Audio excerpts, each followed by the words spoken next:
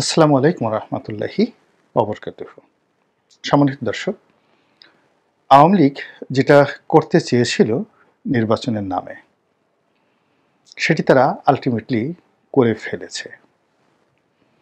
এখন এই নির্বাচন নিয়ে তাদের যে কৌশল ছিল, কিংবা এই নির্বাচন নিয়ে তাদের যে আত্মবিশ্বাস ছিল, কিংবা এই নির্বাচনটি অনুষ্ঠান করার ব্যাপারে তারা যে আশাবাদ ধারণ করেছিল বা আশাবাদ ব্যক্ত করেছিল, বাস্তব জীবনে এসে প্রায় সবগুলোই একেবারে এলোমেলো হয়ে গিয়েছে। প্রথমত, এই নির্বাচনের পক্ষে কথা বলার মতো একটি শব্দও নেই, আর এর বিরুদ্ধে বলার মতো অসংখ্য দলিল, দস্তাবেজ থেকে শুরু করে বহু তথ্য উপাত্ত, গান, কবিতা, গল্প, উপন্যাস ইতিমধ্যে রচিত হয়ে গিয়েছে। এই নির্বাচনের সাফাই গাওয়ার জন্য সত্যিকার অর্থে কোনো গায়ক পাওয়া যাচ্ছে না। কিন্তু এই নির্বাচনের দুর্গন্ধ, এই নির্বাচনের আবর্জনা থেকে শুরু করে এই নির্বাচনের যে অন্ধকারময় দিক মাশরিক থেকে মাগরিব পর্যন্ত ছড়িয়ে পড়েছে। যে সকল দেশকে নির্বাচনের জন্য জম মনে করা হয়, ও সকল দেশে নির্বাচন হয় না। আফ্রিকার অনেকগুলো দেশ, যেখানে স্বৈরশাসন, দানবীয় শাসন, দৈত্য শাসন, গেরিলা যুদ্ধ, মারামারি, হানাহানি, এই সমস্ত দেশগুলোর মধ্যে আবার উল্লেখযোগ্য কতগুলো স্বৈরশাসকের নাম আমি কাউকে আলাদাভাবে বলছি না, মানুষের মুখস্থ হয়ে গিয়েছে।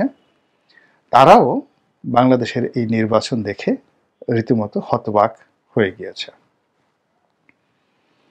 আওয়ামী লীগের সৌভাগ্য কিংবা দুর্ভাগ্য বলতে পারবো না, যখনই তারা কোনো একটি কাজ করার চেষ্টা করে, সঙ্গে সঙ্গে সেখানে সফলতার চাইতে দুর্নাম, বদনাম এবং অনেকগুলো তাদের যে উপাধি, এগুলো জুটে যায়।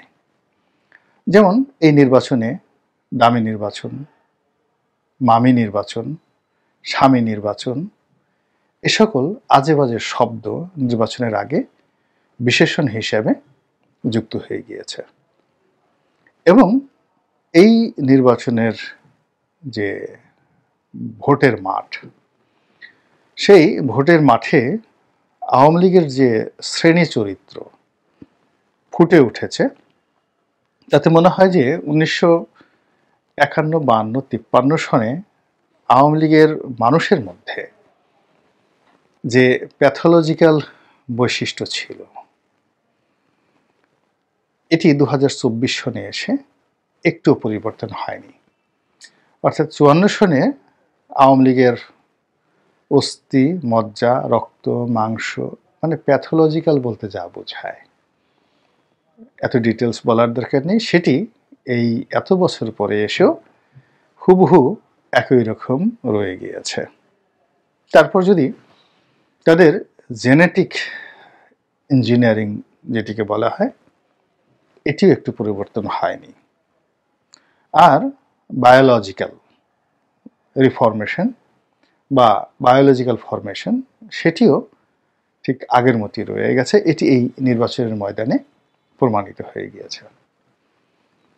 নির্বাচন হলো খুব তড়িঘড়ি করে, এটিকে উৎসবমুখর করার জন্য, লোকজনকে দেখানোর জন্য বিরাট কিছু একটা করে ফেলেছি। তো সেই রকম তোড়জোড় করে অনেক কিছু আয়োজন করা হলো। যারা এই নির্বাচনের মাধ্যমে দামি এমপি হিসাবে আওয়ামী বিরোধী শক্তির নিকট যারা তুচ্ছ তাচ্ছিল্যের শিকার হচ্ছেন, তারা পোশাক আশাক পরে শপথ গ্রহণ করতে গেল। আবার একটা দামি সরকার গঠন হবে বলে বিএনপি যে অভিযোগ করছে, এগুলো সরকার করে যাচ্ছে। কিন্তু শেষ পর্যন্ত কি হবে না হবে, এই বিষয়ে আওয়ামী লীগ বা তার প্রতিপক্ষ কেউই স্পষ্ট করে কোনো কিছু বলতে পারছে না। আওয়ামী লীগের যারা একেবারে প্রান্তিক সমর্থক রয়েছেন তাদের বক্তব্য হলো যে অতীতের মতো তারা 5 বছর শাসন ক্ষমতা চালাবেন, বিএনপিকে অপেক্ষা করতে হবে 5 বছর। কিন্তু যারা দায়িত্বশীল ব্যক্তি আওয়ামী লীগের তারা কিন্তু একেবারে নিশ্চুপ হয়ে আছেন। তাদের সে আঙুল ঝুলানো, মুখ ঝুলানো, সেই যে তুচ্ছ-তাচ্ছিল্যের যে কথা, এটি দেখা যাচ্ছে না।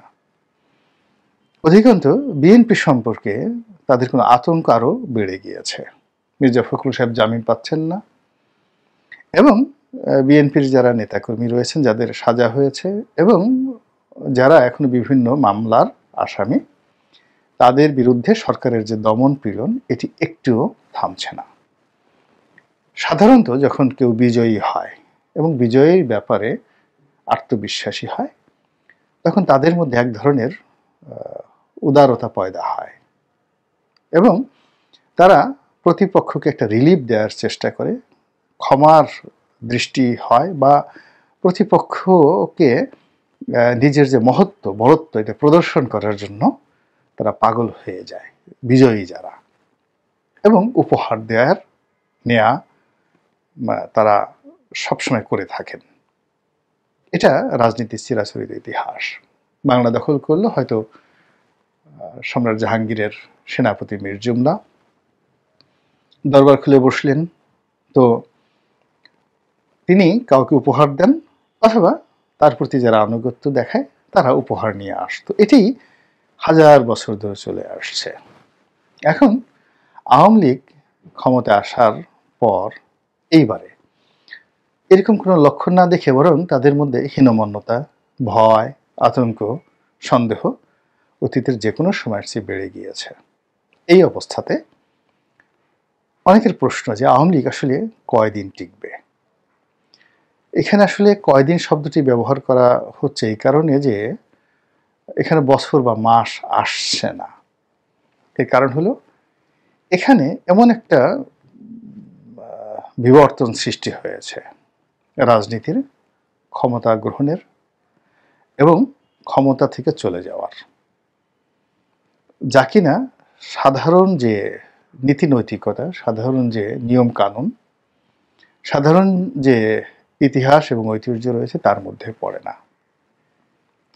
একটা সীমাহীন ছলচাতুরি করার চেষ্টা করা হয়েছে এবং যেভাবে তারা ছলচাতুরি করতে চেয়েছিল সেই ছলচাতুরিটি আসলে এতটা কাঁচা হাতে করা হয়েছে যে সবার কাছে ধরা পড়ে গিয়েছে। এখন ধরুন আপনি কোনো একটা জায়গাতে গেলেন এবং প্রাকৃতিকভাবে বায়ু ত্যাগ করলেন, দুর্গন্ধযুক্ত বায়ু। তো যখন শব্দ না হয় তখন আপনার ভিতরে এক ধরনের ভাবাবেগ তৈরি হয় যে আপনি মেরে দিয়েছেন। মানুষ নাক কুঁচকাবে, দুর্গন্ধে মুখ বাঁকা করে ফেলবে, কিন্তু অপকর্মটা যে কে করেছে এটি বোঝা যাবে না। কিন্তু দেখা গেল যে আপনি বায়ু ত্যাগ করেছেন, সঙ্গে সঙ্গে ভোম পোম করে বিকট শব্দ করেছেন অনেকক্ষণ বসে। কোনো অবস্থাতেই আপনি সেই শব্দকে নিয়ন্ত্রণ করতে পারেননি। এরপরে দুর্গন্ধ ছড়িয়ে পড়ল। কারণ আপনি যদি একজন রাজা হন, একজন মন্ত্রী হন,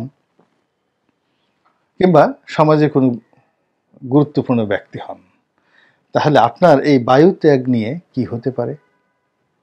মিস্টার জো বাইডেন নাকি এরকম একটা কর্ম করে ফেলেছিলেন সেই ইংল্যান্ডে গিয়ে রাজপ্রাসাদে ঢুকে, বাকিংহাম প্যালেসে ঢুকে, সেটি নিয়ে হায় হায় কি বিশ্রী একটি অবস্থা। বাইডেন যে কাজ করেছেন, যদি ডোনাল্ড ট্রাম্প সেই কাজটি করতেন তাহলে সমালোচনা আরও বেশি হতো। তো সেই দিক থেকে যদি আপনি সেই রাজা উজির না হন, সাধারণ একেবারে লেম্যান হন, তখন আপনার ঘাড় ধাক্কা খাওয়া ছাড়ার কোনো উপায় থাকবে না। যে চারিদিকে পোলাওয়ের গন্ধ মৌ মৌ করছে, গোলাপ, তারপরে আতরের গন্ধ যেখানে সুহাস বিতরণ করছে, আর তার মধ্যে হারামজাদা তুই কাজটা করলি কি? এক মুরব্বি এগিয়ে আসবে, ছোট ছোট বাচ্চারা সেই হাসাহাসি করবে, মহিলারা নাকে আঁচল দিয়ে তারপর শেষে কুটকুট করে হাসবে আর আপনার দিকে তাকাবে, আর শক্তিশালী লোক আপনার ঘাড় ধাক্কা দেবে। তো এইরকম এবারের যে ডামি, এই ডামির যে শব্দ, এটিও প্রকাশিত হয়ে গিয়েছে যে কারা শব্দ করেছে। এরপরে এই ডামির যে দুর্গন্ধ, সেই দুর্গন্ধ ছড়িয়ে পড়েছে এবং বিভিন্ন রকম দুর্গন্ধ, সেই মনুষ্য বিষ্ঠার দুর্গন্ধ, তারপরে ছাগলের বিষ্ঠার দুর্গন্ধ, গাধা গরুর দুর্গন্ধ, সব মিলিয়ে একাকার, এক এক জায়গায় এক এক রকম দুর্গন্ধ ছড়িয়ে পড়েছে, ডামির দুর্গন্ধ। তারপরে আবার সেই দুর্গন্ধ যারা ভোগ করেছে, ভক্ষণ করেছে ঘ্রাণেন্দ্রিয় দিয়ে, মুখ দিয়ে, নাক দিয়ে, পঞ্চেন্দ্রিয় দিয়ে, শরীর দিয়ে, পোশাক দিয়ে, এবং সেই দুর্গন্ধ গ্রহণ করার পরে তাদের মধ্যে যে ভাবাবেগ তৈরি হয়েছে, হাই তুলেছে, 12টা 1টার সময় যে কথাবার্তা বলেছে, সেইগুলো এখন ভাইরাল আকারে দেশে এবং বিদেশে ঘুরে বেড়াচ্ছে। এবং এই ডামির যে দুর্গন্ধ, সেই দুর্গন্ধ মক্কা মদিনা চলে গিয়েছে, সেই দুর্গন্ধ ভ্যাটিকান যে পোপের দরবার সেখানে চলে গেছে, বাকিংহাম প্যালেসে চলে গেছে। কয়েকদিন আগে ম্যাক্রো আসলেন, ফ্রান্সের প্রেসিডেন্ট, সেই তার যে প্রাসাদ, তিনি যেখানে থাকেন, প্রেসিডেন্টের বাসভবন এলিসি প্রাসাদ, সেখানে চলে গেছে। ব্রিটেনের প্রধানমন্ত্রীর বাসভবন 10 নং ডাউনিং স্ট্রিট, সেখানে চলে গেছে। আর হোয়াইট হাউসে, ও মাই গড, সেখানে যে কিভাবে গেছে যে তারা ঘণ্টাখানিক অপেক্ষা করতে পারেনি, সঙ্গে সঙ্গে তারা যে বিবৃতি দিয়েছে, ইউরোপীয় ইউনিয়ন যে বিবৃতি দিয়েছে, তাতেই বোঝা যাচ্ছে যে দুর্গন্ধ প্রকট থেকে প্রকট এবং তাদের পঞ্চ ইন্দ্রিয় একেবারে রীতিমতো অচল করে দিয়েছে। আর এই কারণেই সবাই বলার চেষ্টা করছে যে নতুন যে সরকার হলো, এই সরকার কি ডামি সরকার, মামি সরকার, নাকি আমি সরকার, না স্বামী সরকার, নাকি গণপ্রজাতন্ত্রী বাংলাদেশ সরকার, যে যার মতো করে এটাকে ডিফাইন করার চেষ্টা করছে। এবং এটি কয়দিন চলবে, কয় মাস চলবে, কয় বছর চলবে, কত শতাব্দী চলবে, সেটি নিয়েও নানা উপাখ্যান তৈরি হচ্ছে।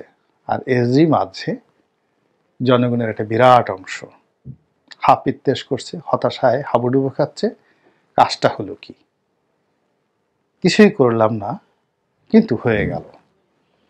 তো এই অবস্থা, এই চলমান এই সময়টি জানুয়ারি মাস 2024, এটা দিয়ে শুরু হলো। জানুয়ারি মাসটাকে আমরা এভাবে পার করতে পারবো, নাকি অলৌকিক কোনো সুসংবাদ আমাদেরকে আরও প্রত্যয় করে তুলবে, সেটির আশায় থাকলাম। আল্লাহ আমাদের সবাইকে হেদায়েত দান করুন এবং হেফাজত করুন। আসসালামু আলাইকুম ওয়া রাহমাতুল্লাহি ওয়া বারাকাতুহু।